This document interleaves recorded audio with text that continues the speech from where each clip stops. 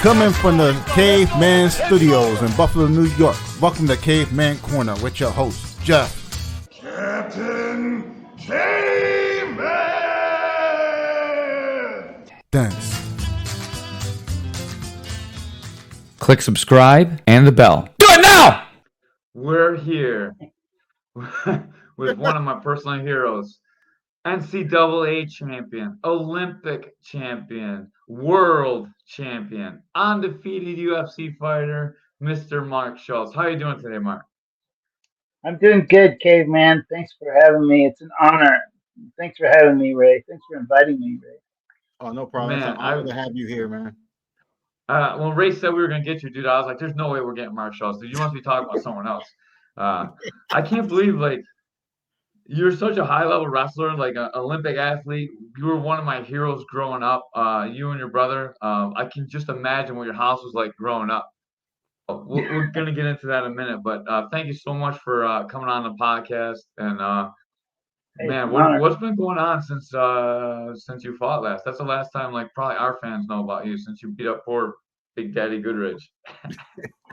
Oh, man. My life has taken so many twists and turns since then. It's unbelievable.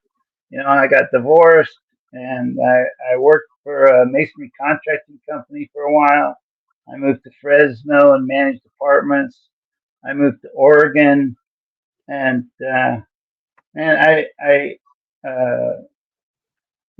did one thing I want to plug this. There's a documentary that was just made about me. It was produced by Dana White, and it's called Wrestling Demons, Mark Schultz's Ultimate Victory. It used to be like $10. You buy the membership on UFCFightPass.com, and then you could watch it. But now they're showing it on YouTube for free. And they called me one day and they said, Mark, this documentary has been nominated for an Emmy in 2023. I just couldn't believe it. And so I went back to the Emmys in New York, and we didn't win. We lost to Jeremy Lin. 38 at the Garden was the name of his documentary. And it's really weird coincidence because Jeremy Lin and I went to the same high school. And there was another coincidence that's just freaking me out. Another documentary was made called Bloodsport, and it was the Carlton Hasselrig story. Carlton Hasselrig is a really good friend of mine, and we were training partners. And 1985, 6, 7, he won the NCAA the next 3 years in a row. So I take full credit for all that. But then he went to NFL. He never played in the NFL, but he walked on to the Pittsburgh Steelers. And you know how wrestlers are. They're, incredible linemen. Nobody can get by him. And so he became a Pro Bowler. And then he had to quit. He had these terrible migraines and stuff. Getting CTE. And so he quit. And he did, I think, 5 or 6 MMA fights. And then he got when you get CTE, nobody was really. First of all, the NFL denied it for a long time, and then the doctors, he didn't even know what was wrong with him, and nobody was helping him because the NFL was denying it. So he went to all these doctors, and you can't tell if someone has CTE until they die, and then you have to take these very thin slices of the brain and look at it under a microscope. And he had CTE really bad, and he had these really horrible. And since the doctors couldn't help him, he started self-medicating, and I think he got arrested maybe once or twice or something. And here's this friend of mine, and it looks like he's going crazy or he's turning into some criminal, but that's not what happened at all. He was trying to cure himself, and he wasn't getting any help, and he died. They say he died of liver disease, but he also had CTE really bad, and maybe he drank himself to death. I don't know what, but he died at the age of 55 back in, I think, 2015 or something. Anyway, his documentary just happened to be the same category in the same year as mine, which is really weird. Anyway, it was very bunch of coincidences. It was like a paranormal experience going back to the Emmy scene. But yeah, that's what that's one thing I did. And I've been doing wrestling camps, wrestling clinics, Brazilian Jiu-Jitsu seminars. I have my own style. I call it martial grappling because it sounds like my name, Mark Schutlz. So I combined the takedowns and the conditioning of wrestling with the submission holds of Brazilian Jiu-Jitsu. And, I go around the country, I go around the world doing seminars like that. So, are you black belt under Pedro Sauer? Yes. Yeah, so you have he has official lineage. There's not too many world-class wrestlers that deal with putting on the pajamas to get a black belt, man. And man, you're one of those guys. I can't imagine in a gi, dude. Yeah, I'm much better without a gi. Believe me, like 1,000 times better without it. But I really love jiu-jitsu. I when I was a kid, I had a really bad lack of self-confidence, and I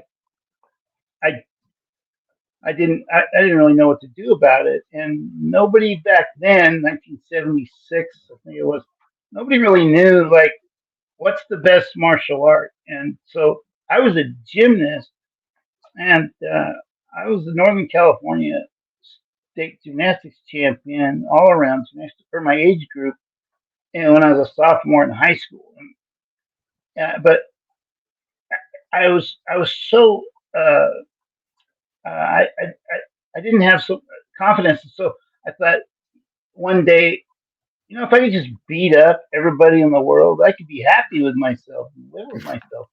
And so I started looking for, the one true martial art, whatever that was.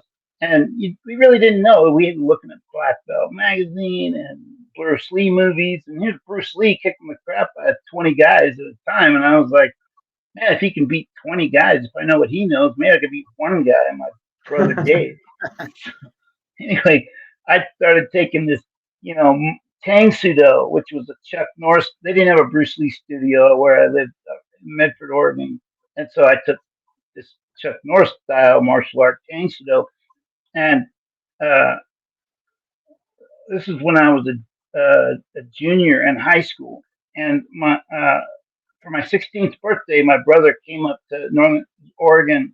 We lived together our whole lives until I became a rebellious teenager and started getting in fights with my dad. And I moved up to Oregon for one high school semester, and I started wrestling up in Oregon. But what happened was I was up here in Oregon, and Dave came up here for my birthday, and he said something really disrespectful. I don't even remember what it was, but I thought, okay, and now I'd only been taking Tang Sudo for 4 months, and so I thought, I'm going to show this guy who the real boss of the family is now with my 4 months of Tang Sudo.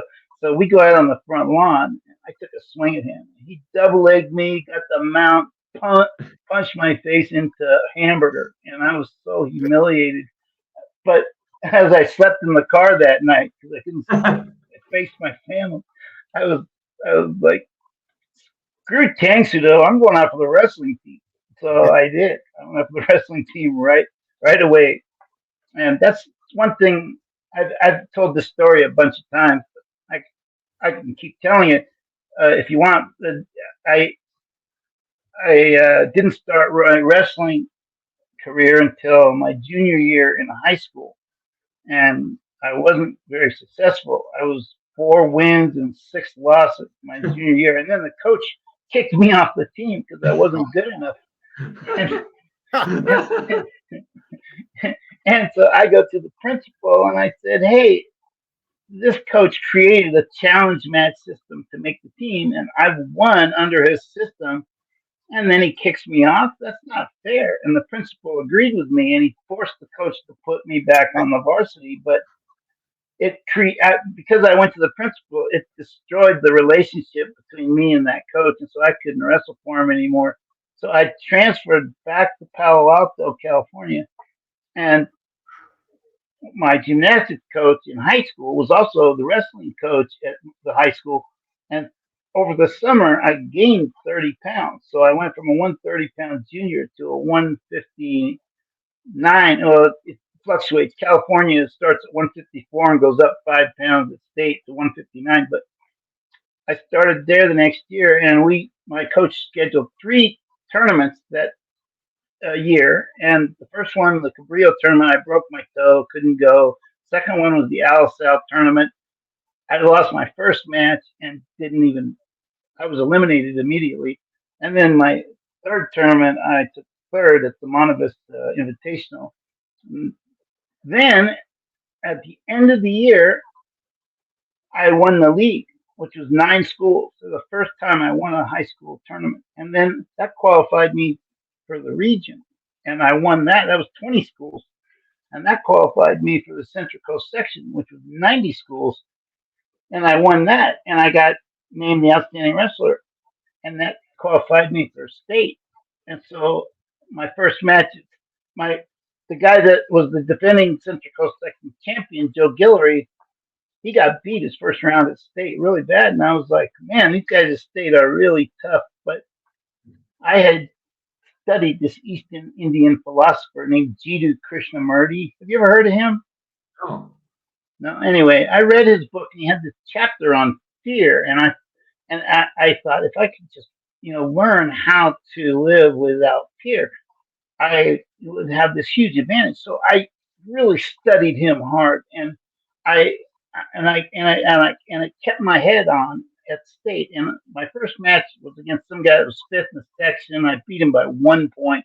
And then I went up against the number 1 ranked guy, and I was losing with 10 seconds left by 1 point, and I got an escape to go into overtime. And then I caught him in a banana split in overtime and beat him. And then that put me in the semifinals. And that guy was undefeated too. And he took me down, rode me the whole first period.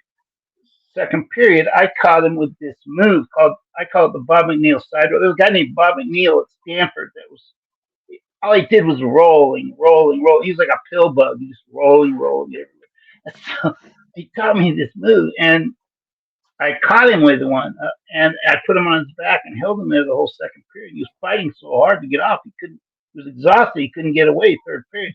Now I'm in the finals, and the guy is my third undefeated guy.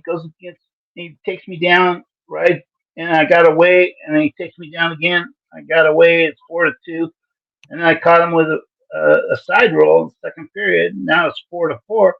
Third period, all you got to do is escape, and he's the state champion. And he stands up, and he breaks my lock. And right before he escapes, I reach down, I snatch his leg, and I'm hanging on for dear life, and I don't know what to do. And I'm thinking to myself, this could be my last match ever.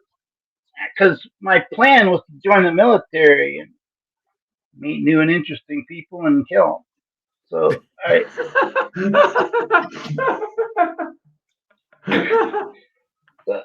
did something I never did before. I did a backseat play with a single leg, and miracle upon miracles, he lands on his back. And I slap in a half Nelson and cradle him for 3 and won the state. And I'm still the only California state champion in history never to win a tournament prior to the state qualifiers. And if you look at my brother's career, my brother, when he was in high school, when he started out his senior year in high school, he went to the Great Plains and he won, and he beat Joe Tice, who was the World Cup champion, and Chuck Yagla, who was a 2-time NCAA champion and the outstanding wrestler. And these guys are great guys. I really love these guys. And that qualified him for the Tbilisi tournament, which used to be the toughest tournament in the world. It was because there's 10 Russians in every weight class that could all win the world championships. And so he goes over there. Newt Koppel, the president of the AAU, which was the national governing body by then, didn't want to take Dave because he thought his win in the Great Plains was a fluke. He's just a high school kid. And but all the guys on the team got together and told me, you have to bring him. He qualified. And so he reluctantly brought him. And Dave ended up doing better than anybody else in the entire U.S. team. He took a silver medal at Tbilisi. But because he was over at Tbilisi, he missed all the state qualifiers in California, which has 1,000 schools, by the way. And the coaches in California knew how great Dave was. So they all got together, and my coach petitioned Dave to get into the state tournament, and they let him in, but they said you have to go up a weight because you didn't weigh in. So he went up to 168 or 170. He won the Central Coast section and pinned his way through state until the finals. He beat the guy 12-1. And then he goes to the National Open Greco-Roman Championships, and he wins that at 149.5 pounds, and he gets the Guerrerian Award for the most falls in the least amount of time. And this is while he did all this while he was a senior in high school. Now, you couldn't find two more opposite California state champions if you tried, and were brothers. It's like a Ripley's Believe It or Not story or something. It's weird. Were you guys getting together and wrestling during that time at all? No, that's another misconception people have. A lot of people think Dave helped me when I started wrestling to get good. I never wrestled Dave one time from the time I started to the time I won the state. I never wrestled with him one time. But then after I win the state, he's off at Oklahoma State, and he's 35-1 his freshman year, and he took third in the NCAA. And then he comes back from Oklahoma State to Palo Alto to hang out with me for the summer. And he'd go, hey, you want to go work out? And I'd be like, nah, I don't feel like it. And he'd go, you pussy. And I was like, a real high-pitched, effeminate sounding voice. You pussy. It pissed me off. He'd get under my skin, you know. And so I'd go, okay, you're going to die today. So we would go work out, and he would just kick the crap out of me, like 30-0. And now we're the same size. I'm built better than he is. And I mean, he looks like a chemistry professor. I mean, I look like a wrestler, but anyway, I couldn't figure it out. And I was like, how is he so much better than me? And this went on every day, you know, you want to go work out? No, you pussy. And okay, let's go. And so we go. And he just killed me. And after 3 months, all summer, not scoring 1 point, I thought to myself, maybe I'm thinking about this all wrong. So instead of me trying to score on him, I'm just going to try to keep him from scoring on me. So every time he tried something, I'd back up, I'd break his lock, I'd stall. I just became this incredible staller. And boy, that pissed him off. But screw him, this is my life. He's crushing my confidence. I don't care. So anyway, it worked. Instead of getting killed like 30-0, I could keep it down to like 2-0 or something. And that really helped my confidence a lot because Dave's the best in the world. And if I can keep him from scoring on me, I can keep anybody from scoring on me. And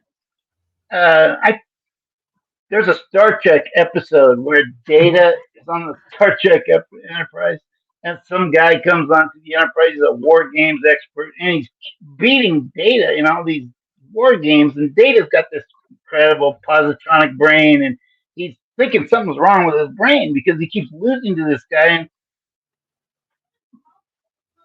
finally, he changes his mind. He goes, I'm just going to try and keep this guy from, I'm not even going to try to win. I'm just going to try and keep it 0-0. And as long as he didn't try to win, he could keep it 0-0 the whole time. And I was thinking to myself, I figured that out 10 years before I saw that episode. They stole my idea.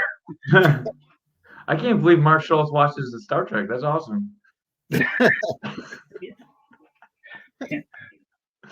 Anyway, there's, I could go on and on, but I'll let you guys talk. I love listening to your stories, man. Like, I read the stories. I have I sent Ray some pictures earlier. I have like a clip book of stuff wrestling and bodybuilding stuff that I used to clip out of like Sports Illustrated, and I showed him an article about you and the Olympics where you broke the guy's arm with the Kimura, and then they let you win the match and then disqualified you like after the protest time and like all that. Like I remember all of that, man. Like I was reading about it in like Sports Illustrated while you were doing it and you were living that life. So like hearing you tell these stories like to me like face to face is it's just really cool to hear. I'd like to that was a double wrist lock back yeah. then. Now, the Brazilians came and renamed that. Kimura. Same move. So Anyway, that was a 30-second match against that guy. Was ranked #1 in the world. Yeah. And then you're like, I would apologize, but he was a sissy. He would have just called me a sissy. Something like that. Whatever you said. That's so funny. The way they bracket the Olympic tournament is you get on the scale buck naked and you reach into this bucket and you pull out an egg and then you open it up and inside's a number. And all the even number guys go on one side of the bracket and all the odd number guys go on the other. So I get on there and I pull out the number 6. Well, the #1 ranked guy in the world. And he was the #1 ranked guy. He beat all the Russians that boycotted the Olympics. And he gets on there and he pulls out the number 8. Well, that means 2's going to wrestle 4 first match and 6 is going to wrestle 8. So I had the gold medal match, my very first match. This is only my second international tournament. I'm scared to death. I go back to my hotel room and I just sit on my bed staring at the wall for 2 hours, just sitting, sweating, waiting for this match, And then the match comes around and he does this limp arm to a high crotch. And I had seen this Cuban do this move to some guy from Paraguay or Uruguay or one of those Guay countries. And he got him in this, and I thought, there's no way to get out of it. So when he got me in that, I just thought, you know what, it's him or me, and it's going to be me. And so I just threw it, and I expected him to go head over heels and give me 2 points, but he hit his head, stopping his rotation, and his elbow just snapped immediately, and then he fell on his back, and I fell on top of him, and I'm already looking at the ref like, hurry up and call the pin. And then he called the pin, and then I'm sitting in the stands 8 hours later, and they said, Mark Schutlz has just been disqualified for excessive brutality or something. And my mom's sitting right next to me, and she thinks I've been thrown out of the tournament. She freaks out. And I already had thought, I go, don't worry about it, Mom. I'm just thrown out of the match, not the tournament. So I can still win the gold if I win everything. So I had already figured that out, before they said that. But yeah, anyway, I'm skipping way ahead. I should have stayed back in my high school or college days. It was I had to talk about how the Brazilians changed Kimura the double wrist. Yeah, double wrist lock to Kimura. Are you more of a catch wrestling guy, or do you accept the Brazilian terminology? I think I'm a combination of both. I use both terminology. I don't care what the name is. You want to call it Kimura, it doesn't matter to me. I just don't want you to beat me up, dog. But you're still Mark Schutlz, man. Hey, Mark, what you think about guys pulling guard? It depends on the environment. If you're in a padded room, well, it's a pretty good move, if you know what you're doing. But on the street or on the concrete, your head's like 2 inches from the concrete. The guy on top could just smash your head into the concrete. It's not that great on concrete. You've watched that evolution of jiu-jitsu from the very beginning. Like you were like there right from the very beginning. Like you trained with Hickson, right? Yeah. I was one of the first. I was so lucky. I'm like the luckiest person on earth. I got my brother's Dave Schultz. Hickson Gracie comes to America and wrestles me. We have this grappling match in the BYU wrestling room. And so, like, I'm the first high level wrestlers to learn what jujitsu is. I never even thought anything like this existed before. And he got me in this triangle, and I was like, wow, that is the coolest move ever. And we went again, and he got me in a rear naked. I'm like, I gotta learn this. And it just so happened, this is another coincidence. His student, Pedro Sauer, was living right there in Provo, Utah, of all places. You talk about a weird coincidence. What's Pedro doing in the middle of the heart of Mormonism? I mean, it's ridiculous. It, but it was, I was a Mormon. I converted to the church back then. I left the church about 6 months ago. No, about a year ago, when I learned it was all BS. All you guys out there, the Mormon church is all lies. I'm telling the whole world needs to know. I'm not kidding. It's a cult. It really is. We had you can use words, that's just a term. Using the word cult or church or tax-free corporation. Use whatever terms you want, but the fact is, they are defined as a cult. There's a bite model. It's called the bite model. It defines cults. If a church exerts undue influence on your behavior, information, thoughts, and emotions, that's a cult, and they absolutely do, and they lie to do it, which is evil in my opinion. But the Mormon, now I'm just saying, I'm not talking about the rank and file Mormon people. The rank and file Mormon people are the best people I've ever met. My wrestlers at BYU were the most moral, intelligent, hardworking, family-oriented guys I've ever met in my life. And they were so intelligent. They won the National Academic Championship 3 times while I was there, and they took second 3 times. Every time they took first, Stanford took second. Every time they took second, Stanford took first. So these guys were really smart and tough and moral guys. They're really great people. But the leaders are lying scumbags. We had Sean Doherty on. He was a fighter in UFC too, and he said pretty much the same thing that you just said, almost exactly word for word. So I'm not really a Mormon, so I don't take any offense to it. And if we have any fans that are Mormon, I'm sorry, but like we've got some high level guys that say might not be all that great. So maybe we should stay away from the church and just be a good person. Yeah. Well, I need to say, I had a great experience at BYU. It was a very positive experience, and it was because of the great people that I met back there. And I've actually thought about moving back to Utah because it was such a good experience, because the people really are good.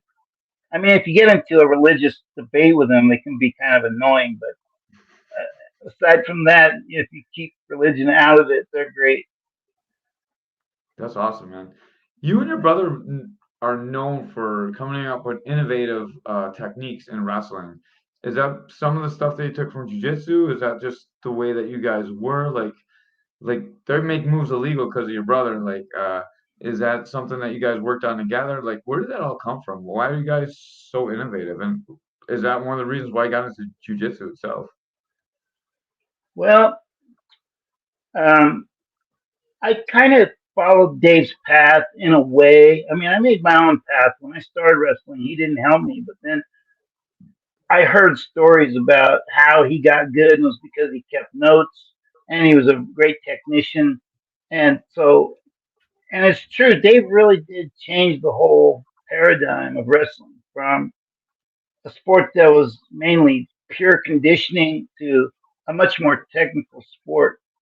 And that was really the beginning of the technical era, is when Dave started, because Dave, okay, he looks just like a regular normal guy walking the street, but he can beat these super, national world champs, and everyone's like, how is he doing it? And they think, well, it must be the technique, and it is the technique. And it's funny because when I see him coaching guys, I see him spend like hours coaching these guys, showing them every little detail and stuff. And he never showed me anything. And But that was okay because I was a gymnast, and gymnasts have to visualize very complicated, risky techniques because if you miss the high bar by a millimeter, you can break your neck. Gymnasts have the highest broken neck per capita of any NCAA sport. But you really have to visualize things very carefully before you attempt them. But these are. I mean, I was doing 2.5 twisting, 1.5 backs off 3-meter board. That's a lot different than looking at somebody doing a switch or a stand up or a rear naked and then copying it. It's so simple compared to gymnastics. I'm not saying the sport's not. It's not. I say wrestling is a simple sport, but it's not easy. It's the hardest sport, but it's also simple because it's just conditioning and technique. Well, the conditioning is 90% of it, and the technique. I mean, if you can push somebody to helplessness through fatigue, you can do almost anything you want to them, and they'll go down. But it's not that way in gymnastics, where technique. 90% of the sport of gymnastics is technique. Anyway, that sounds like my cardio. What's that? I said that sounds like my cardio. Yeah. 20 seconds. Burger King instead of running. 20 seconds, and you can do whatever you want to me. Yeah. Right. Oh man, we're all human, man. What do you think about these high school kids beating the NCAA champs now? There's been a lot of high school kids that have been doing really well against NCAA champs. You think that's going to be a new thing, that these kids are super technical now? What's going on with that? I've been seeing this a lot, and then you're I don't know who else to ask besides for a goddamn Olympic champion. I figure you might be the guy to ask.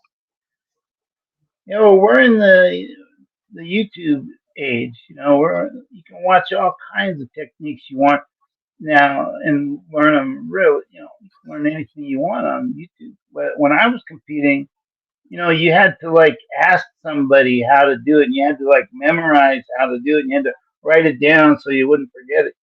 And so it's a different kind of game, but yeah, it's definitely contributed to the technical difficulty of wrestling, and Dave really contributed to that quite a bit, I think. Dave was he wasn't really the first high school kid that dominated. Jimmy Carr. You could debate whether Dave or Jimmy Carr had the best high school senior season in history.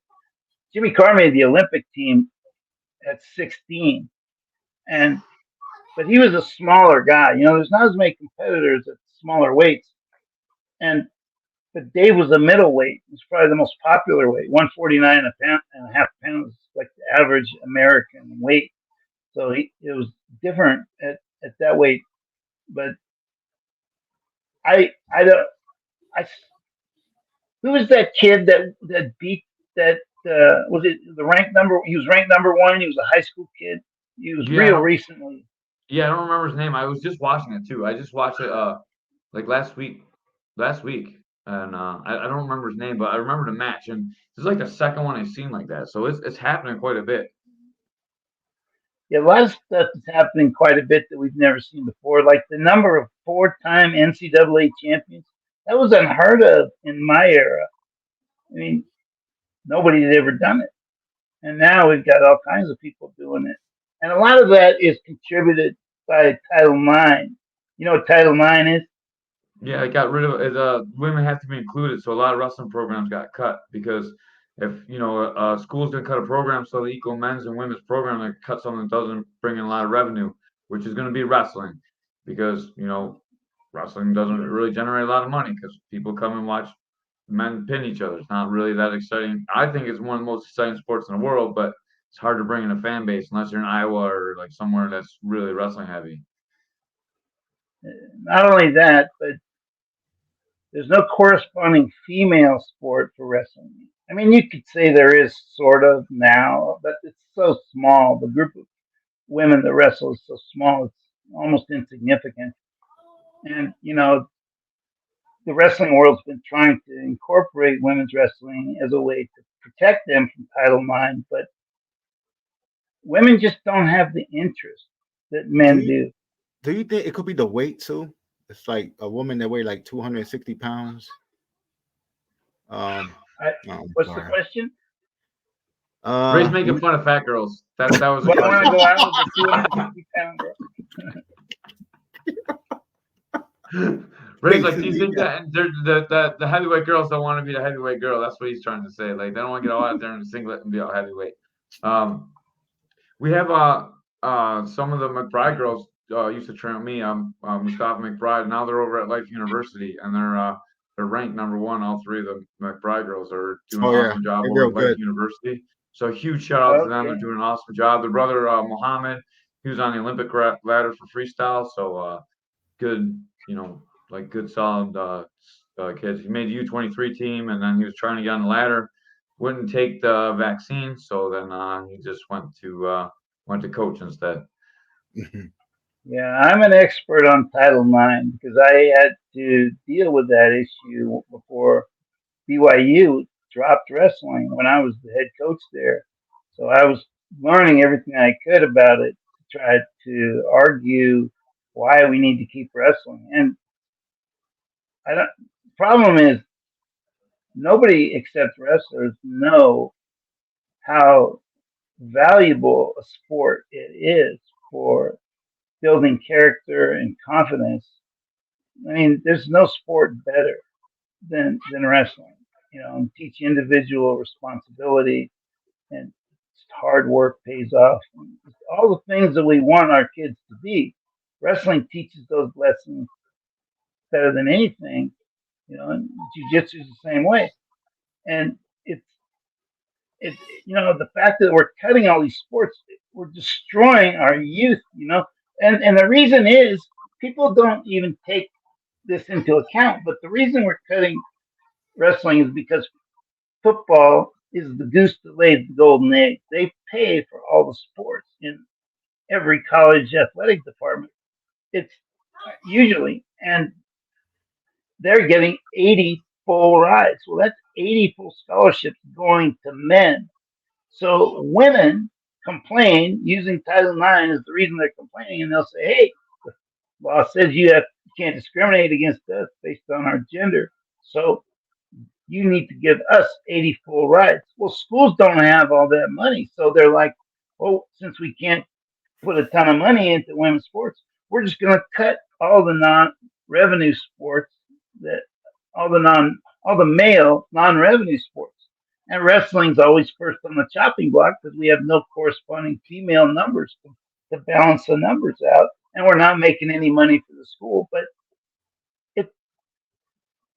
we're cutting the most valuable sport of all the sports we have in our intercollegiate program, high schools, the things that make kids turn boys to men. We're cutting the legs right out from under them. And it's really a travesty in this country that this is how it's gone. But, money rules the day, right? So athletic administrators are going to choose whatever is going to enrich their athletic department the most. And that's cutting wrestling. They can put more money into football or women's sports. So we're always the first to go. So, like when I was competing, I think there was 470 programs. Now there's only 70. And it's wiped out programs like dew before the sun. It's just amazing how fast they wiped this out. Right, it's a terrible thing. I was going through college wrestling when that was going on too, so like I understand like a lot of programs got cut while I was wrestling. They've talked about taking wrestling out of the Olympics. What do you feel about that? That's so ridiculous. I mean, wrestling was one of the original Olympic sports. They're going to take out one of the original sports. When they announced that, the whole wrestling community just went crazy, and they started petitioning everybody, and then they finally reversed their decision. But yeah, that's an insane. I mean, they've got curling in the Olympics, for God's sake. You're going to take wrestling out and keep curling? Flag football. There's flag football in the Olympics? Yeah, there's gonna be flag football in the Olympics and the next Olympic Games. Oh wow, I didn't even know that. Yeah. Oh, One wow. of the test sports. Yeah. Well, that's news to me. Yeah, they're gonna try and get some like some of the high level college guys. I'm like, they're not gonna get those guys. They're not gonna give up NFL money to like go play the Olympics. They don't understand, man. Flag football. Yeah. And don't get me wrong, I'm Hey, all Mark. for women's sports. I'm all for equality in women's sports. I have 2 daughters. So, yeah, I want women to have equal opportunity, but not at the expense of my son. Just, Right. you know, Hey Mark. fight over money is what it is. Hey Mark, it's a rumor that you got the most titles, wrestling titles. So you're in the Guinness Book of Records for that, for the most wrestling titles? Well, in 1991, me, Lee Kemp, and John Smith we all had 3 world or Olympic titles, and we were included in the 1991 Guinness Book of World Records. I didn't even know that. I was in some Goodwill store just browsing around. And I saw this, and I picked it up. I'm like, oh my God, I'm in here. It's only $2, so I bought it. I've got it behind me. It's sitting right back there. I could show it to you. I don't have the most world titles anymore, of course, but in 1991 I did. I was actually the first guy to win the Olympics and 2 world titles.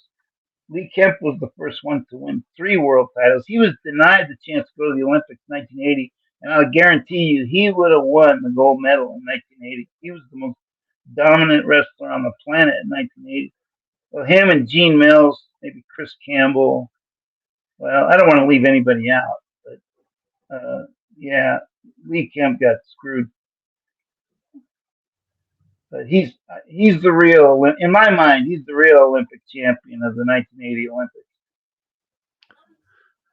So let's get back into like what you do with coaching. Do you have a school, or do you just do seminars? I know you want us to plug some of your seminars, so kind of asking, do you have a school to go to too? Do you coach wrestling anywhere? What's going on with you coaching wise? Yeah, there's a local high school, South Medford High School, that I coach. There's a little kids club there that I coach sometimes, and I go to their tournaments and stuff. But yeah, if people want to get a hold of me and set up a seminar, whether it's wrestling or jiu-jitsu or the combination of both, they can get a hold of me at MS Grappling on Facebook, Mark P. Schultz on Instagram, Mark Schutlz on Twitter. That's my name with a Y. My nickname in high school was Schultz. And so they can get a hold of me that way if that's what they want to do. We'll tag it when we post this. So right now it's live. So the live we can't tag stuff in it. But when I re-put it on YouTube, we'll tag all that in there so people can you can just click down and scroll into the description. Not right now, but if you're watching this later, you can scroll through the description and we'll put it in there, and then you just click on it and it'll take you right to him stuff. I own a gym. There's a lot of people around me in the area that own a gym, so maybe we can get you up here. That'd be awesome. Oh, that'd be cool. That'd be cool. How long is this podcast, by the way? However long you want. When you gotta go, you say, and then you're gone. You're Mark freaking Schultz, kid, whatever you want. Okay. Okay. That'd be cool if you go on forever. I don't know if you want to say that to me because I can go forever. So far, we have Mark Coleman on, and we did 6.5 hours. That's our longest one. You're kidding? In one show? The one show, yeah. Oh yeah. Wow. We had Dan the Beast. What time is it? It's 10:46 our time. Mark was a little bit inebriated when we started the podcast, so like the first couple hours we had to let him chill out a little bit, and then we got a pretty good last hour and a half. We used to not do it live, so we make more money when we do it live. But when we didn't do it live, we just talked with the guys for a really long time, and we recorded the whole thing. And like some of the stuff he was saying we couldn't air because he's a little bit intoxicated. You know how wrestlers are when we get a little intoxicated. We're saying things we shouldn't say. And Mark's a good friend of mine. Yeah, dude. We love Mark Coleman too. Like Caveman, Tom Erickson we had on here. Yeah, we had Tom Erickson on too. Yeah, we had some good guys. Yeah, Tom Yeah, Erickson Mark, was like, good. he sold his championship, UFC championship belt to some collector, and so that's what I've been doing too. I've been selling my memorabilia collectibles on eBay and Facebook Marketplace. Just make a little extra money. I've got equipment from 6 world and Olympic teams I made in a row, and I might even sell my Olympic gold medal, but I'd have to get a lot of money. I don't know how much. That's a strange question. Yeah, how much money would I sell my Olympic gold medal? The price in I gold was went thinking up. about $500,000. It'd be worth But it. Anybody want to buy it for $500,000? I'll consider it. Yeah. All right, so you guys heard it here first. If you have $500,000, contact Mark Schutlz, and you can have an official Olympic gold medal, not even a fake one. He'll give you the real thing for $500,000. No, That's but all. I got a bunch of collectibles on eBay right now. Yeah. How do you get rid of your collectibles? Do you have like your site or just on eBay? How do I what? Oh yeah, eBay and Facebook Marketplace, and also I stay in. I make friends with the collectors, and I just try to keep in touch with them, and just tell them what I got, send them pictures of everything I got. Like I sold one guy that my the ceremonial uniform you have. I sold it for $4,500, and I have a jacket that I sold for about 5,000 or something, and I have a bunch of stuff. I got this one jacket that I wore when I met President Reagan. I have a picture of me wearing that jacket. I didn't plan this or anything, but that's my Oh, Reagan. yeah. This is a good story. When I was here, when I was at Oklahoma, there was a guy named Bobby DeProspero on our team at 118 pounds, and his dad just happened to be the head of the Secret Service. So every time you see the president, you saw his dad standing right next to him. So after the Olympics, President Reagan comes to the Hollywood Hilton, and all the medalists are lined up to meet the president. And me and Dave are standing in the back of the line, maybe 3/4 of the way back. And Mr. DeProspero sees us, and he yells, "Hey, Mark, Dave, come on up here." And so we went in front of everybody, went through the velvet ropes, and I think I was the first guy to actually meet the president. And then we took pictures, and I went down. I said I'd vote for him. I didn't know what else to say. And I went to give Nancy a kiss on her cheek, and she turned and kissed me right on the lips. Oh man! No tongue. No man! Secret Service gonna be up on you. You better be careful. No, I liked him. He's a cool guy. I met President Trump last year at the NCAA's, and I was so freaked out when I met him because I was like thinking, okay, Trump, if you make me vice president, you need somebody to certify the vote. I'll guarantee you, I won't do it if it's not fair. Like Pence didn't, but I don't think he's going to make me vice president. He should, but I don't think he's going to do it. That'd be good to have an Olympic medalist as a vice president. Like, man, What if they do? If he goes to jail, you'll be in charge of everything. It'd work out really good. Can you imagine that if he's in jail and president at the same time? That'd be like that's a good point. I could turn him in and become president. I'm all motivated. I would vote for that ticket. If you're on the ticket, I'll vote whatever platform or party you're with. I'm voting for Mark Schutlz. Jim Jordan. Well, I'm sorry, Jim Jordan. He's like I think he might be the next Speaker of the House. Mm-hmm. He's a 2-time NCAA champion at Wisconsin. He beat John Smith in the finals to win 2 NCAA titles. Well, my brother coached him, and now he's running the was it the weaponization of the federal government hearings? You know that he's No, I don't running know that about whole thing. Yeah, he's really gotten high up there. that. He's Man, from Ohio, the damn. third district, I think. Wrestlers do everything. That's like it teaches you such discipline. And You know, President Trump was a wrestler. no, I didn't know that. Oh wow. Yeah, I got a picture of him with a wrestling singlet on at the military academy. Matter of fact, I was going to ask him. This is what I'm so screwed. I was so excited to meet him. I forgot everything I was going to say, and I didn't say a word. But I was going to ask him if he would allow me to submit his name to the National Wrestling Hall of Fame to be inducted as an outstanding American, which is a category reserved for people that are outstanding Americans, but are also known as wrestlers. They don't have to be any good at wrestling, but they're known as wrestlers. And I forgot that, as well as, you know, telling him I'd be vice president. I forgot everything. So I didn't get anything done, but except I got my picture with it. That's about it. I If you got definitely those gotta two things I together, gotta he look would up love that it. picture. What? Well, Ray, I gotta look up I- the Trump picture. he's looking Oh, for yeah. the Trump wrestling picture right now. Yeah. It's Military Academy. Google the. I don't know what Military Academy name.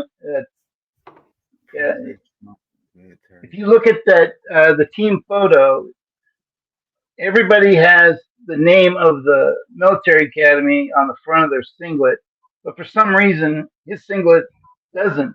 It's the same color, same design, but it doesn't have the name on it. I don't know. It's weird. I don't know why. Maybe had it on backwards. That's what I was. You ever see the guy that puts a singlet on backwards? Every team's I've got never that done one that. kid. I want to get into. Well, I still got you before you got to get out of here. I want to talk to you about your appearance in UFC. How did that come about? How did it feel to fight? And why didn't you never pursue the career in fighting? Okay, well, you can see a. This is a really good documentary. I'm not just saying that. It was nominated for an Emmy. You can see this, the whole story that I'm about to tell, on YouTube for free now. It's called Wrestling Demons, Mark Schultz's Ultimate Victory. And what it tells the whole story of how I met Hickson Gracie. I was sitting at my home one day and I got this phone call from this guy who's a blue belt in a Gracie club in Provo, Utah. And he goes, "Is this Mark Schutlz, the Olympic wrestling champion?" I go, "Yeah." He goes, "Well, the greatest jiu-jitsu fighter in the world is in town. Do you want to fight him?" I was like, "What are the rules?" And he was trying to intimidate me, and this really makes me mad. He goes, "There are no rules." I was like, "Really? No rules at all? What, are we going to commit a homicide?" So I wasn't going to let him pump me. And I said, "Okay, you tell him to meet me at the BYU wrestling room a week from Thursday, because I had to go to the NCAA's, and we'll commit a homicide, I guess." So I go to the NCAA. I couldn't think straight for a week. I've never been challenged like this.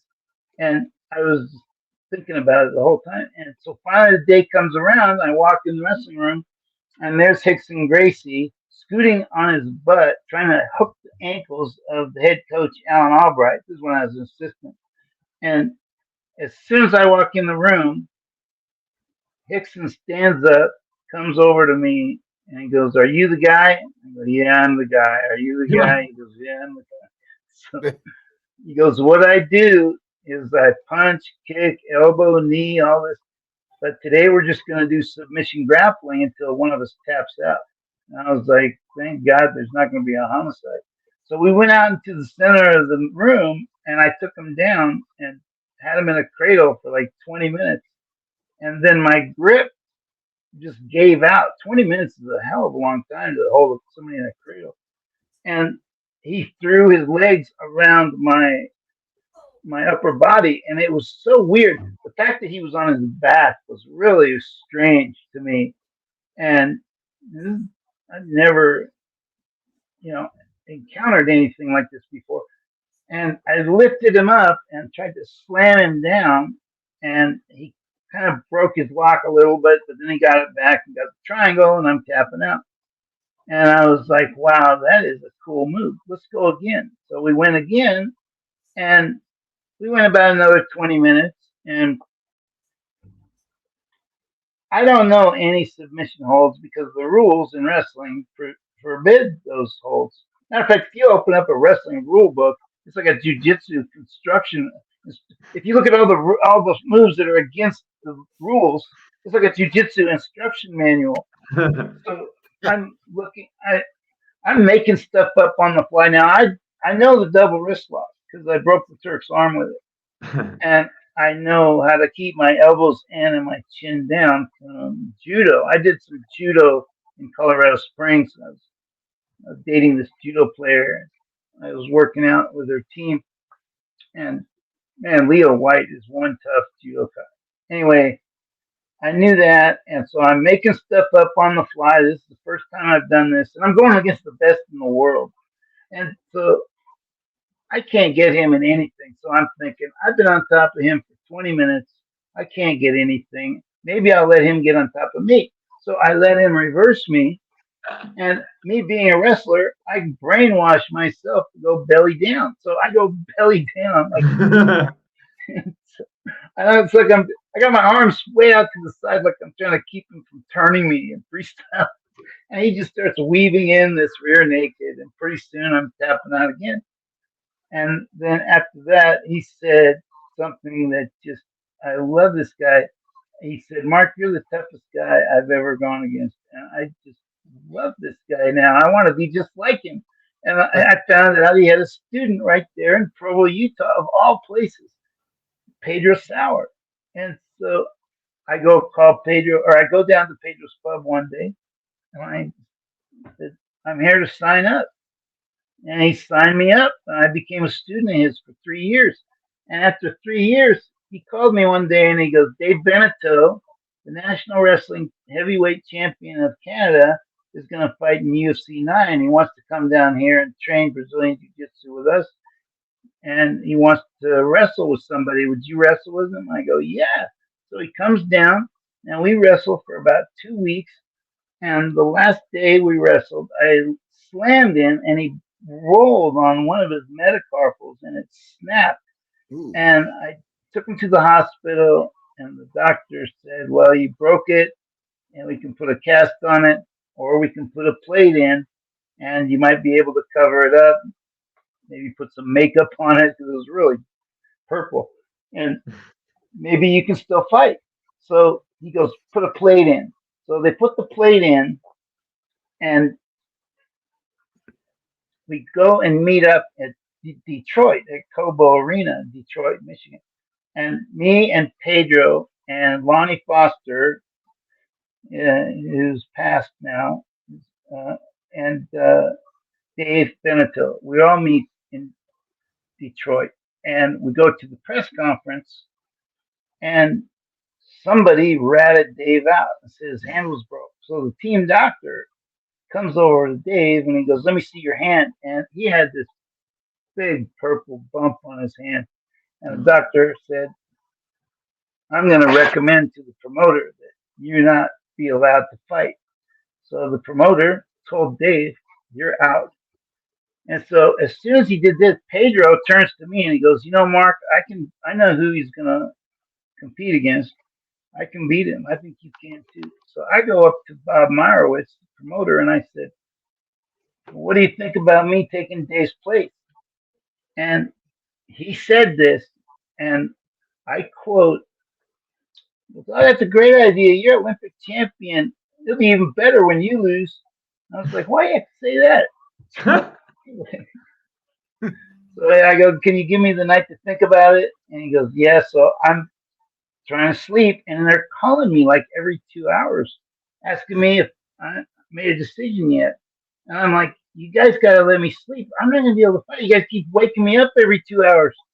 So finally, 10 in the morning, they call me with this ultimatum and say, you got to tell us right now or we're getting someone else. So I called up Pedro and I said, let's go downstairs. So we went downstairs, and Bob Meyerowitz and Art Davies were sitting there in the lounge, and they got the contract on the table. And I go, "Can you give me just one more minute?" And I went over into this corner and I started to pray. And this is 4 months after my brother was murdered. And I got this strong feeling that my brother was somehow there with me, or some entity was there with me telling me I had to do this. And so I got up. I told Pedro I'm going to do it. I went over to Meyerowitz and I signed the contract. And then I had an AIDS test. I didn't bring any equipment with me, and then I bought a cup. One of Pedro's students had wrestling shoes, and they just happened to be the same size as mine. And he goes, and so he gave the wrestling shoes to me.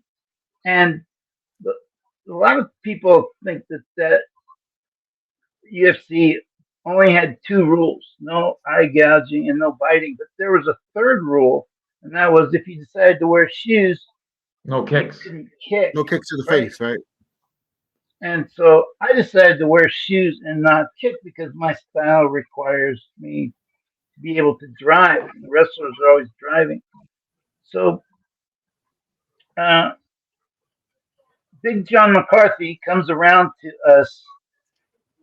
There's this tent inside the arena, and it's got sectioned off. And so each fighter gets their own section. And I'm in there waiting for my match to come up. And I'm looking out at the arena, and this is nothing like a wrestling tournament. The fans are just like bloodthirsty animals. They're just like screaming for blood. And there's these two guys in this cage just going bam, bam, bam. And I was like, what am I doing here? So anyway, John McCarthy comes over, and they had spent all day in court because there was a lot of issues over whether this is excessively brutal and so the lawyers were arguing that the sport was excessively brutal. So they made a compromise in order for this event to take place, that there would be no closed fist punches. So John McCarthy, but they didn't define what a closed fist was. The lawyers don't know how to fight, so they don't know how to define a closed fist. So John McCarthy comes over to me and he goes, tonight there will be no closed fist fighting. And I was like, I'm going to win for sure, because, my opponent is a tremendous striker. He's a murderer when it comes to striking. And then he goes, now show me a closed fist. And I showed him, and he goes, now show me an open fist. And I showed him like a karate chop. And he goes, no, this is closed. This is open. And if you violate the rules, we're going to fine you $50 per violation. But as far as when we're going to collect, it'll just be whenever. So punch all you want, basically. So I was like, okay, I just went from high to low, back to high. So my emotions are all over the place. But anyway, I won that fight, and I'm actually good friends with my opponent, Gary Goodrich. We became really great friends. I love that guy. He's great. We heard he's been having some trouble cognitively lately. Have you been in contact with him recently? Yeah. Oh, you should have seen him about 2 years ago. He spoke like he had a mouthful of marbles. But if you listen to him in Wrestling Demons, the documentary, he's clear as a bell. It's like he's not impaired at all. The brain rewires itself. It's just a fact. It's the way it is. It just does. And, it rewired itself in him fairly quickly, I think. But, yeah, I'm glad he's better. Yeah, me too. He was great in that documentary, too. He's so great.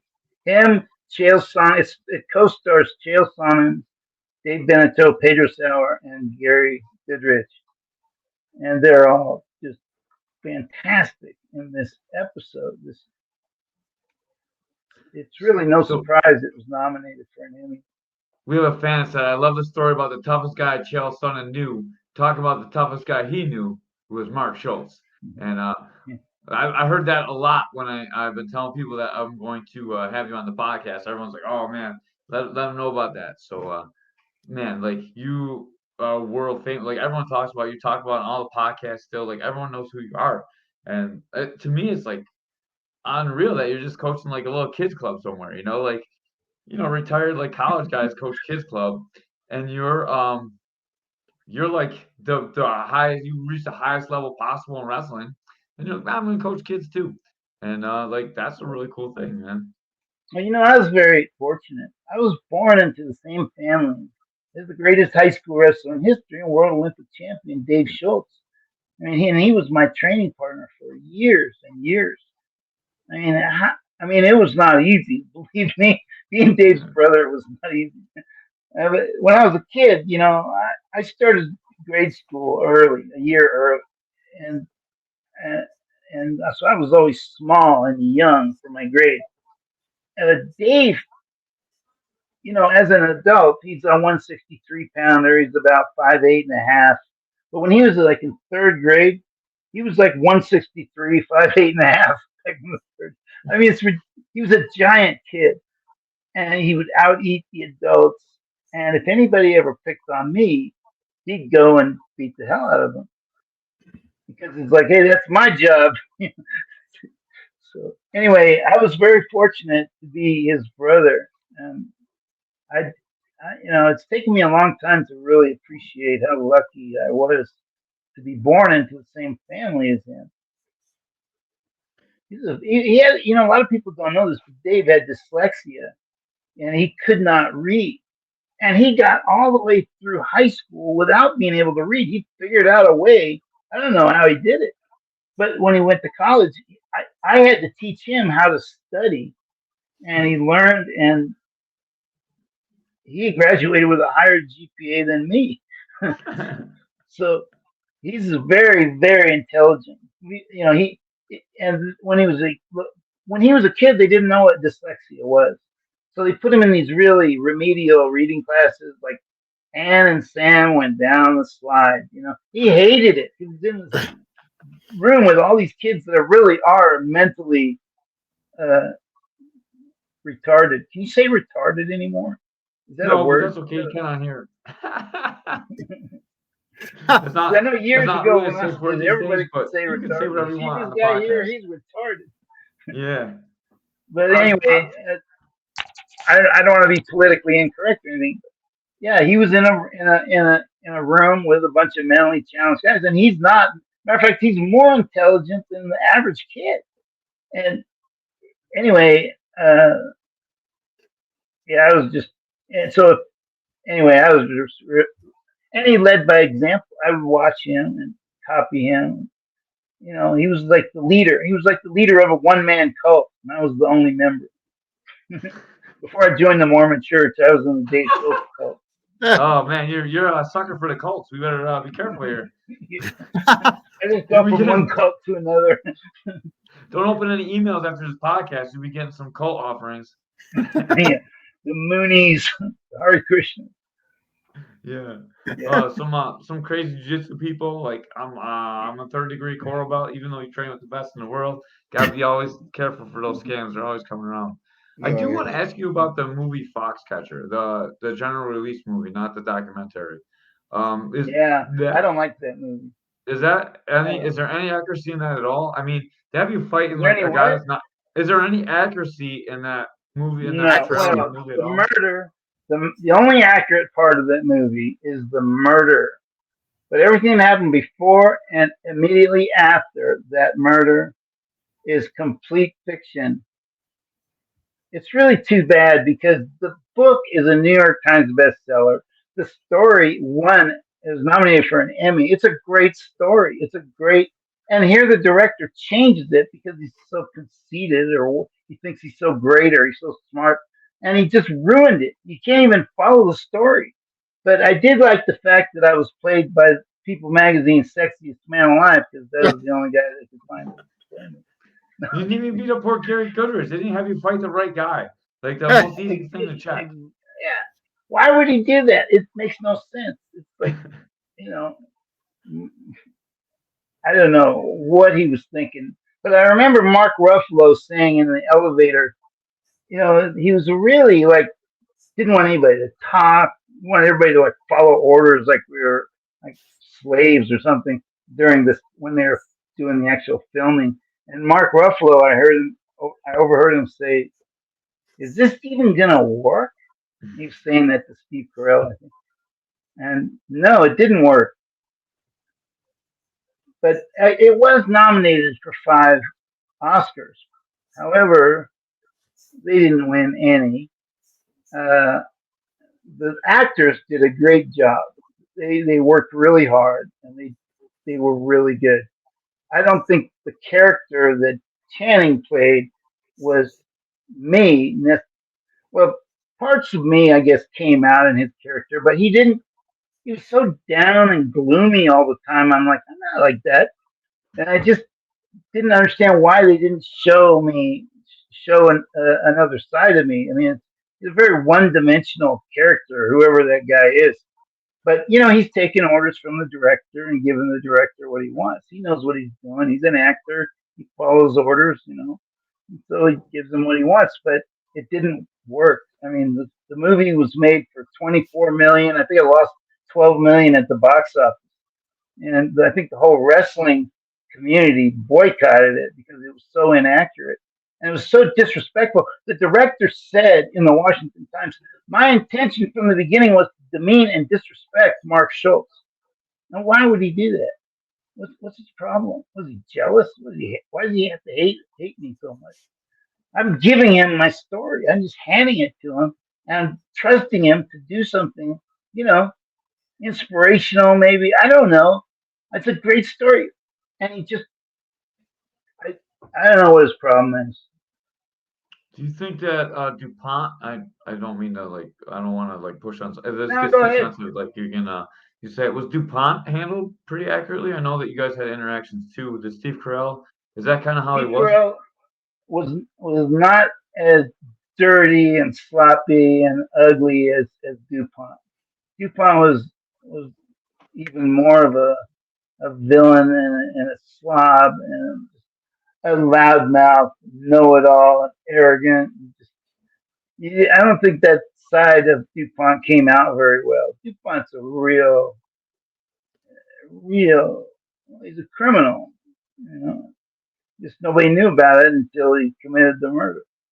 But he bought his way out of all kinds of stuff. He hit a guy on the street one time, dragged the guy off the street onto the sidewalk, and then drove away. And then he got in trouble with the cops, but he owns the cops, and he's got tons of money for lawyers. He had them, create a financial settlement so we could make it go away, and it just went away. And so he's getting away with. But he wasn't getting away with murder of my brother, thank God. And he died in 2010 in prison from emphysema and COPD, chronic obstructive pulmonary disease, which is what he deserves. He deserves to drown to death. He made my brother drown on his own blood. I'm scared to drown in water. I can't even imagine what it was like for him. And he doesn't even know why he's being killed. And he's got 2 kids he's leaving behind. I can't imagine the horror that went through his mind when that was happening. It's inconceivable to me.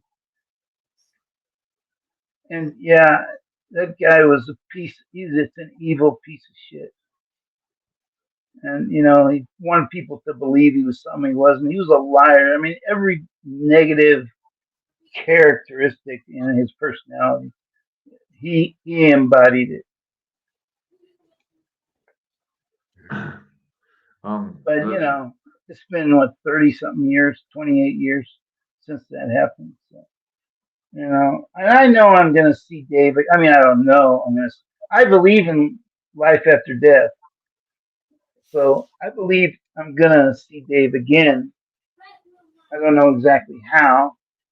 I'm studying like the Bible, and trying to figure out, the nature of God and things like that. But I do believe in life after death. I mean, all the near-death experiences I've seen on YouTube, everybody can't be lying, and some of them got to be true. I think this is my opinion. But, think whatever you want. You know, don't listen to me. Do your own research. We had a couple guys on. We for a little bit we were chasing around Christianity. We chased around the Muslim faith. We had a couple religious podcasts in a row. We had Kung Lee on. He was talking On me, about Christianity. So look, we had a bunch in a row on. I just want everyone to understand like how much you dislike Dave, not Dave Schultz, John DuPont. And '88, you made the Olympic team, and you threw a Yes. match to Yes, I make did. sure that he didn't get Olympic champion. Yes. Can you talk about that a little bit? You ever read that story about Achilles? You know, the warrior Achilles, and he's Troy? asked by King Agamemnon to go Oh, yep. fight for him, and he hates Agamemnon, and he refuses to fight. And that's kind of the way I looked at it. I was talking to Mike Chapman, who's one of the most famous wrestling historians, and when I came out and told the truth about that, I kept that inside me for like 20 something years, because throwing a match is kind of a shameful, dishonorable thing to do. And I don't want to disrespect the Turk that I threw it to. And it's just a coincidence that he's from Turkey. And I hear there's a story going around Turkey that this guy got revenge for the first Turk whose arm I broke. But it wouldn't have mattered what country he was from. I had already decided in my mind I could not win this tournament. Not being on DuPont's team. He didn't deserve it. And I mean, he threatened to ruin my career. And in a way he did. But it also got me out of there. And I went to BYU and I met Hickson Gracie, Pedro Sauer, Dave Benetil, all those guys. I got into jiu-jitsu. I learned that, there's other worlds out there besides wrestling. Wrestling is the greatest foundation to have, but there's millions of worlds in this world. There's engineering, architecture, literature, all kinds of things, science. You can do anything you want, and so I left the wrestling world, which was really sad because I love the wrestlers. In the wrestling world, they're the best people. And we go to the NCAA's every year. It's like a big reunion, and I don't want to miss any more NCAA reunions again. I've missed enough of them. When I turned my back on wrestling after what happened in '88, I stayed out of it for like 27 years, and I just recently came back and went to the NCAA's last year. Met President Trump. Forgot to ask him to make me vice president. And, so yeah, I'm back in it, and I'm happy to be here. It's the best group of guys I've ever met. Aaron Klein wants to know, what's your most brutal submission, Mark?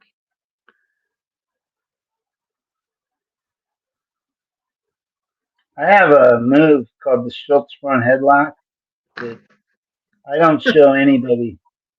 But yeah, once you get that, also my heel hook.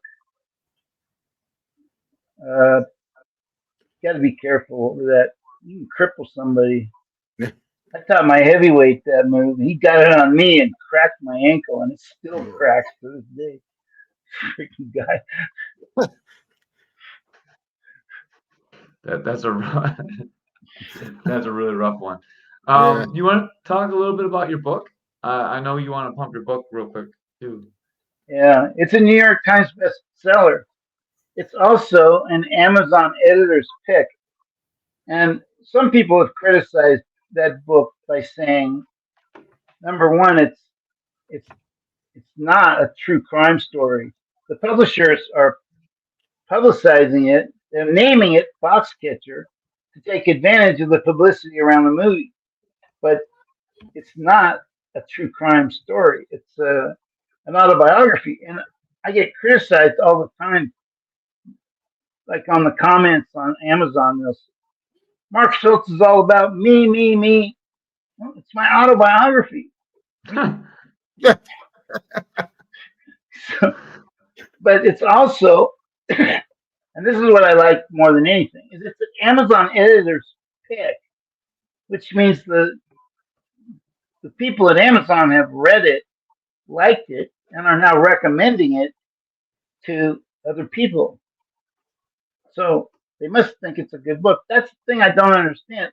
I give this director this book, this story, and it's all right there in black and white, just on a silver platter, and he just like throws it away. He uses parts of it, but then creates something completely different out of it. Now, why would you change something that's considered good by tons of people, and then lose $12 million? It should have been a blockbuster, multi-million-dollar profitable movie, and it lost money. It's boring. God, it's the boringest thing. I'd rather watch paint dry. It's so boring. It is kind of fascinating though to see the actors impersonate me and my brother, but other than that, I got very little entertainment value out of it. Did the actor have cauliflower ear, at least? Yeah, they gave makeup, hair and makeup. They were nominated for an Oscar for hair and makeup. Should be a cauliflower. They should have made all the actors get punched in the ear until they got cauliflower. Yeah, I volunteered to give them authentic cauliflowers, but none of them accepted my generous offer. So I put the Amazon link in the comments for everyone watching. You guys can just click on the comment. It'll take you right to Mark Schultz's book, and you can purchase it right from Amazon, right from the link. I made sure that I did the Amazon link, and that I want to just make sure that you guys help our guy. I don't know how much you make per sale, so let's have everyone buy 10 books. That'll probably help them out, or just send Mark some money. That'll work too. I didn't do it for the money. It's not that big a deal as far as the money goes. So but I think people would like it, especially if you're a wrestler in high school or college. There was a book that came out recently, about 2015 or 16, I think. It's called The Golden Era of Amateur Wrestling. I have it. It's right behind me. And the 1980s, the Golden Age of Amateur Wrestling, 1980s. And in that book, they took a poll of my peers, the wrestlers and coaches that were active competing in the 80s, and they voted me the number one best college wrestler of the 80s. So I was going to make a point, but I forgot what that point was. It's not just to brag, I promise. I'm not trying to brag. You should definitely brag about it. You wrote a book, it's published, man. That's something to be proud of. Yeah. And you could have been vice president if you would have just opened your mouth.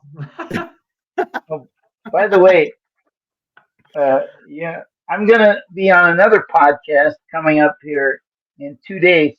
It's called the Mormon Stories Podcast, and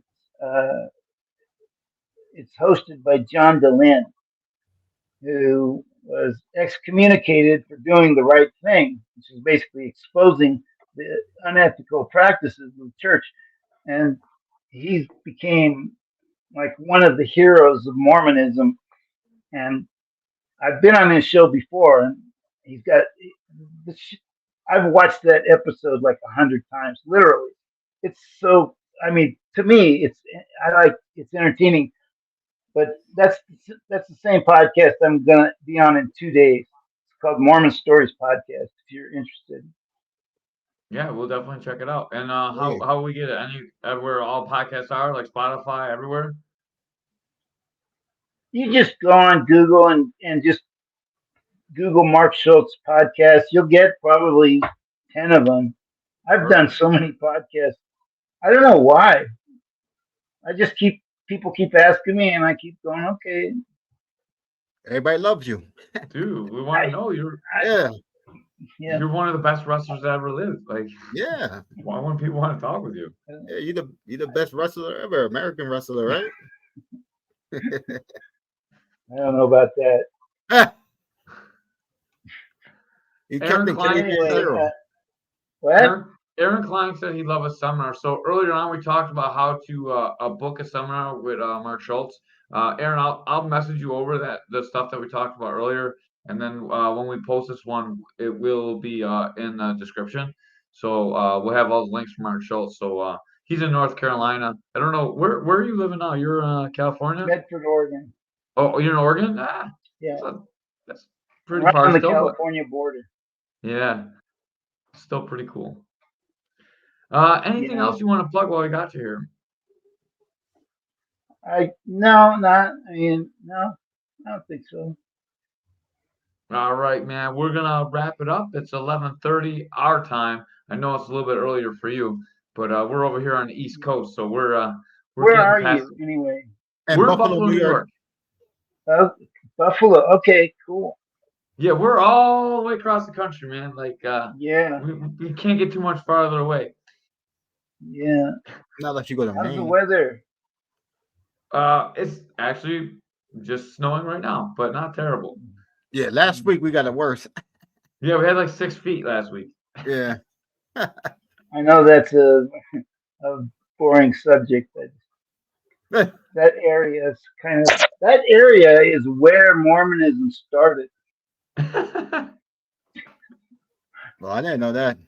I didn't know New that York either. City. I'm originally from New York City. I know. Yeah, Palmyra, New York, Man, and then Oh, they wow. went to Kirtland, Ohio, and then they went to Independence, Missouri, and they went back to Nauvoo, Illinois, and then Joseph Smith was killed by a mob, and Brigham Young took over, settled the state of Deseret, which is as big as Alaska. That means a cult is controlling 1/5 of the United States. But President Buchanan wasn't having it. He replaced him with a secular governor, sent the military in there. But at one time, the Mormon Church controlled 1/5 of the United States. Not many people know that. I have heard that before, but only because we had Sean Doherty on. I didn't know that until he told us. Mormons seem like it's not a great thing, and I'm sure we'll have like 10 Mormons contact me right after I get off this podcast. I'm sure my phone's been buzzing most of this podcast, so I know I'm probably getting some heat from some people, but I don't care. That's what we have your heroes on for. They can say whatever they want to say. They can do whatever they want to do. And Mark Schutlz, you fulfill one of my childhood dreams. I never thought in my entire life I'd get the opportunity to talk with you. And well, it's an honor. Do your show. Send me the link when you're done producing it. Okay, for sure. I'll send you the live link, and then I'll put it on all my social media. Yes, sir. Man, I'm gonna save that. I take a picture of that and save it forever. Yeah. Thank you so much, man. I don't know, like, it's not too often you get to interview your heroes, and today is like a really good day for me. And I appreciate thank you for that. giving me inspiration when I wrestled between you and the Brands brothers, the Schultz brothers and the Brands brothers. Like, man, that was my entire like high school and college. I just wanted to be like you guys. And I was never able to be as good as you guys, but I gave it my best try, man, and I learned a lot from it. I respect anybody that tries to wrestle. It takes guts, putting your name and record, self-worth, and ego on the line every time. So if you do it, I don't care how little you do it. If you just try it, I got respect for you. I appreciate it, man. Thank you so much. This was Mark Schutlz, Olympic hero, American hero, soon to be Vice President of the United States. Vote Schultz. Vote Schultz.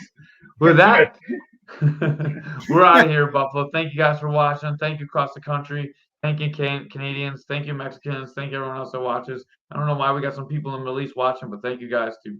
Yep. Have a great night. Thanks. Must be Mark Schutlz.